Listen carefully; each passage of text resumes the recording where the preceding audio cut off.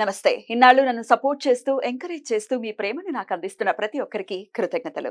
అలాగే ఈ వీడియో కూడా ఖచ్చితంగా మీకు ఉపయోగపడుతుంది. లైక్, షేర్ అండ్ సబ్స్క్రైబ్ చేసి మీ సపోర్ట్‌ని నాకు అందించండి. అలాగే ఈ వీడియో పట్ల మీకున్న అభిప్రాయాన్ని కామెంట్ సెక్షన్‌లో కామెంట్ చేసి తెలియజేయండి. ఇప్పుడు వీడియోని చూద్దాం. ఓం శ్రీ గణేశాయ నమః. ఓం శ్రీ విష్ణురూపాయ నమః శివాయ. నమస్కారమండి. 2024 జూన్ మాసంలో ద్వాదశ రాశుల వాళ్ళకి ఈ మాసమంతా ఎలా ఉందో తెలుసుకుందాం. దానికన్నా ముందు ఎవరైతే ఈ వీడియోని చూస్తున్నారో లైక్ చేయండి, షేర్ చేయండి, సబ్స్క్రైబ్ చేసుకోండి. మరియు ఈ ఒక మాసంలో గ్రహ సంచారం ఎలా ఉందో తెలుసుకుందాం. ఈ ఒక మాసంలో రాహు మీనరాశిలో సంచారం, కేతు కన్యా రాశిలో సంచారం, శని కుంభరాశిలో సంచారం. అయితే ఈ ఒక శని భగవానుడు ఈ మాసం 30వ తేదీ నుంచి వక్రించి సంచారాన్ని ప్రారంభం చేయబోతున్నారు. గురువు వృషభంలో సంచారం. ఈ మాసంతో గురు మనకి ఉదయిస్తున్నాడు, అంటే మౌఢ్యమి నుంచి బయటకి వస్తున్నాడు. సూర్యుడు జూన్ 15వ తేదీ వరకు వృషభంలో సంచారం, తదుపరి మిథున రాశిలో సంచారం. కుజుడు ఈ మాసమంతా కూడా మేషరాశిలో సంచారం. శుక్రుడు వృషభ మిథున రాశిలో సంచారం. బుధుడు మిథున కర్కాటక రాశిలలో సంచారం. ఇక్కడ శుక్ర మౌఢ్యమి అనేది ఇంకా కొనసాగుతుంది. జూలై 11వ తేదీ వరకు కూడా శుక్ర మౌఢ్యం అనేది ఉంటుంది. అయితే గురు మాత్రం ఉదయిస్తున్నాడు. ఇక్కడ ముఖ్యంగా ప్రేక్షకులకు ఒక సందేశాన్ని ఇవ్వాలనుకుంటున్నానండి. చాలా మందికి ఇప్పుడు గురుబలం వచ్చేసింది, బాగా అవుతుంది అని చెప్తున్నారు. బట్ మాకేమీ మంచి జరగట్లేదు అని కొంతమంది కామెంట్స్ పెట్టడం చూస్తున్నాము. అయితే ఇక్కడ మెయిన్ అండి, అష్టక వర్గ బిందువులు ఇంపార్టెంట్, మరియు దశాభుక్తి కూడా ఇంపార్టెంట్ అండి. ఇప్పుడు మేషరాశి వాళ్ళకి గురుబలం వచ్చింది, అంటే ద్వితీయ స్థానంలో గురువు గారి సంచారం జరుగుతున్నది. మీ జన్మ జాతకంలో వృషభ రాశికి గురువు గారు ఎన్ని బిందువులు ఇచ్చారు? మీరు పుట్టినప్పుడు ఒక్కొక్క గ్రహము ఒక్కొక్క రాశులలో పాయింట్స్ ఇచ్చుకుంటూ వస్తుంది తన ఒక స్ట్రెంగ్త్‌తో. ఆ పాయింట్స్‌ని మనం అష్టక వర్గం బిందువులోనే అంటాం. సో, మీ యొక్క జన్మ జాతకంలో వృషభానికి గురువు గారు ఎన్ని బిందువులు ఇచ్చారు? ఇది చూసుకోండి. 0, 1, 2, 3 ఇట్లా ఇచ్చి ఉంటే కాస్త ఇబ్బంది పెట్టే రకంగా ఉంటుంది. అంటే గురుబలం ఉన్నప్పటికీ అది పెద్దగా యోగించదు. అయితే 3 కన్నా ఎక్కువగా ఉంటే ఆ ఒక గ్రహం అనేది స్ట్రెంగ్త్ అనేది బాగా బలం అనేది ఉంటుందని అర్థం. అదే సేమ్ ప్రొసీజర్‌నే ఏలినాటి శనికి కూడా అప్లై చేసుకోండి. కొంతమంది ఏలినాటి శని ఇబ్బంది పెట్టదు. ఇబ్బంది పెట్టినా బయటపడుతూ ఉంటారు. కొంతమందికి చాలా డిప్రెషన్‌కి వెళ్ళిపోతారు. ఏలినాటి శని టైంలో చాలా మానసిక పరమైన డిప్రెషన్స్, అపవాదాలు ఎక్కువగా వస్తాయి. శని జన్మరాశిలో వచ్చినప్పుడు ఆ రాశిలో ఎన్ని ఇచ్చాడు బిందువులు అని చూసుకోండి. 0, 1, 2, 1, 2 ఇచ్చి ఉంటే చాలా డేంజర్. చాలా డిప్రెషన్‌లోకి తీసుకెళ్తాడు. మరియు మీ యొక్క దశాభుక్తి కూడా చాలా ఇంపార్టెంట్ అండి. దశా పీరియడు ప్రతి ఒక్కరికి చాలా ఇంపార్టెంటు. ఏ దశ జరుగుతుంది? భుక్తి ఏంటి? ఆ దశాభుక్తికి తగ్గట్టుగా మనం పరిహారాలు చేసుకుంటూ వెళ్ళాలి. ఇప్పుడు బుధ మహాదశ రాహుభుక్తి జరుగుతుంది అనుకోండి. శివ సహస్రనామం చదువుకోవాలి. మనమే ప్రతిరోజు చదువుకోవడము, లేదా మనము పంతులతో ఏదైనా శివాలయానికి వెళ్ళి శివ సహస్రనామం చేయండి అంటే చేస్తారు. అదే ఇప్పుడు మనకి గురు మహాదశలో రాహుభుక్తి అనుకోండి. తిలా హోమం చేసుకోవాలండి. తిలా హోమం అంటే ఇది పితృదోషాలలో పితృదోష పరిహారం చేసేటప్పుడు ఆ పరిహార భాగంలో తిలా హోమం అనేది కూడా ఒకటి ఉంటుంది. అదే చంద్రమహాదశలో శుక్రభుక్తినో, బుధభుక్తినో అలా ఉన్నప్పుడు, లేదా శుక్ర మహాదశలో చంద్రభుక్తి ఉన్నప్పుడు మహాలక్ష్మి అమ్మవారిని పూజించాలి. ఇలా దశాభుక్తిలో వచ్చినప్పుడు మనము వాటికి తగ్గట్టుగా ఆ దశాభుక్తి రాకున్న ముందే పరిహారాలు చేసుకోవాలి. రేపు ఎగ్జామ్ అన్నప్పుడు పిల్లవాడు చదివితే ఏమవుతుంది? ఎగ్జామ్ రాస్తే మనకి నో యూజ్ కదండీ. సో, అలానే దశాభుక్తి ఇంకొక 1 మంత్‌కి ప్రారంభమవుతుంది, నెక్స్ట్ మంత్ వస్తా ఉంది అన్నప్పుడే మీరు మేలుకొని మీరు ఆ పరిహారాల్ని అప్పటి నుంచే పాటిస్తూ వస్తే ఆ ఒక పెద్దగా దశాభుక్తి పెద్దగా ఇబ్బంది పెట్టకుండా, ఇబ్బంది పెట్టినప్పటికీ దాని నుంచి బయటపడే మార్గం కూడా చూపిస్తుంది.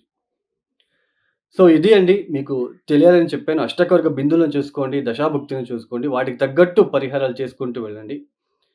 సో, మీరే స్వతహా పరిహారాలు చేసుకోవడం ద్వారా చాలా బ రిజల్ట్ అనేది తొందరగా చూడొచ్చు. మీరే కాయ, వాచ, మనస, భక్తితో మీరు పరిహారాలు చేసుకోవడం ద్వారా ద్వాదశ రాశుల వాళ్ళ ఒక ఫలితాలు ఒక్కొక్క రాశికి ఎలా ఉంటుందో మనము చూసుకుంటూ వెళ్తామండి. ఇక కన్యా రాశి.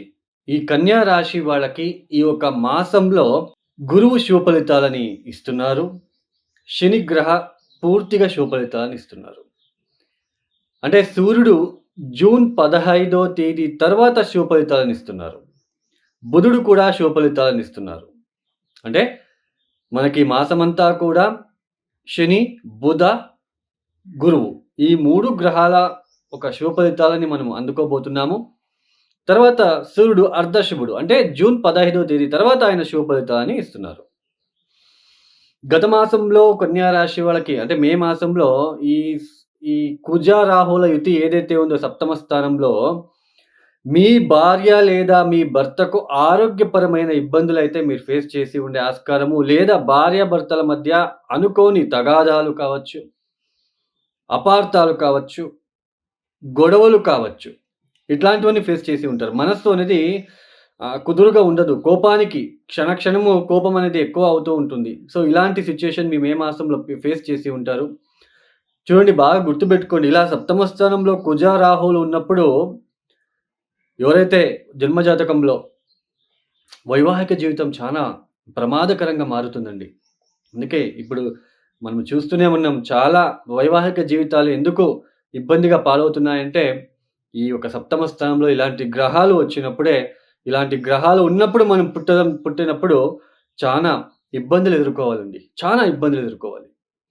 సో, ఈ మాసంలో ఏదైతే ఉందో ఈ యొక్క గురువు మౌఢ్యమి త్యాగం చేస్తున్నాడు. అంటే హస్తగత త్యాగం చేసి ఉదయిస్తున్నారు.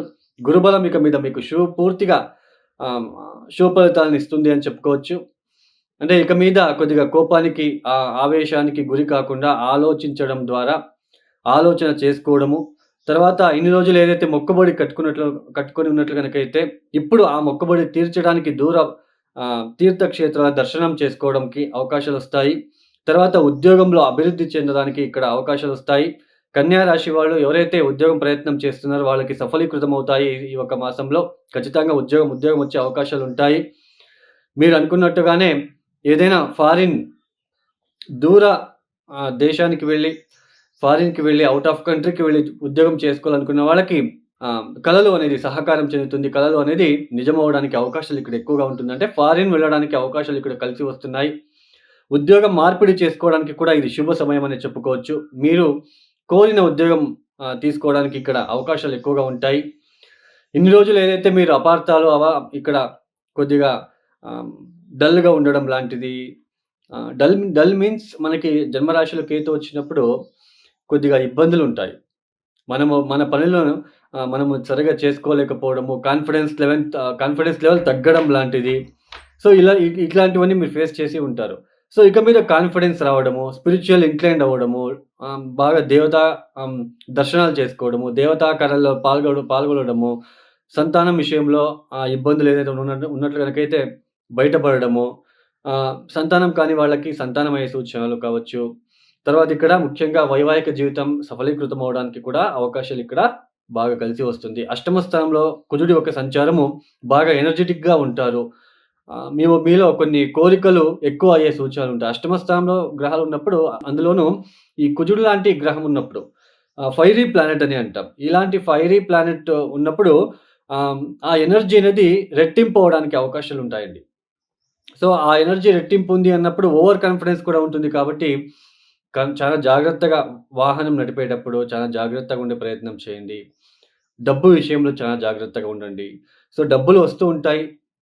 ఇక మీద బాగానే ఉంటుంది. అయితే ఖర్చులు కూడా ఉంటాయి. కొన్ని ఆకస్మిక మీరు చేసే వృథా ప్రయాణాలు కావచ్చు, లేదా ఓవర్ కాన్ఫిడెన్స్‌తో స్పీడ్‌గా డ్రైవింగ్ వెళ్ళడము, అక్కడ ఏదైనా చిన్నపాటి ఇబ్బందుల వల్ల మీరు డబ్బులు పెట్టడం లాంటిది కూడా ఇక్కడ కనిపిస్తూ ఉంటుంది. మొత్తానికి వైవాహిక జీవితం బావుంటుంది. తర్వాత వ్యాపారంలో అభివృద్ధి, తర్వాత దూర ప్రాంతాల ఒక విజిటింగ్ చేసే అవకాశం ఉంటుంది. ఉద్యోగం లేని వాళ్ళకి ఉద్యోగం లభించే సూచనలు.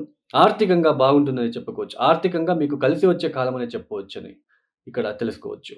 ఈ కన్యా రాశి వాళ్ళు తప్పనిసరిగా సప్తమ స్థానంలో ఉంటున్న రాహు, ఈ యొక్క జన్మరాశిలో ఉంటున్న కేతువులకు ఉలవలని, నల్ల మినుములని ఆవులకి తినిపించే ప్రయత్నం చేయండి. ఒక 9 రోజులు లేదా 27 డేస్ అలా చేసుకోండి.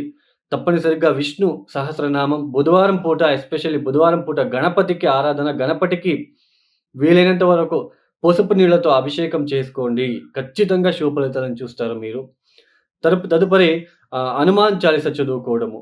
ఎందుకంటే మీకు ఇంకొక మాట చెప్పాలి. ఈ శని అష్టమ స్థానాన్ని చూస్తున్నాడు, కుజుడిని చూస్తున్నాడు కాబట్టి యాక్సిడెంట్స్, ప్రమాదాలు ఉన్నాయి కాబట్టి హనుమాన్ చాలీస చదువుకోండి. హనుమంతుడికి తమలపాకులతో హారాన్ని వేయండి. తమలపాకులతో అర్చనలు చేసుకోండి.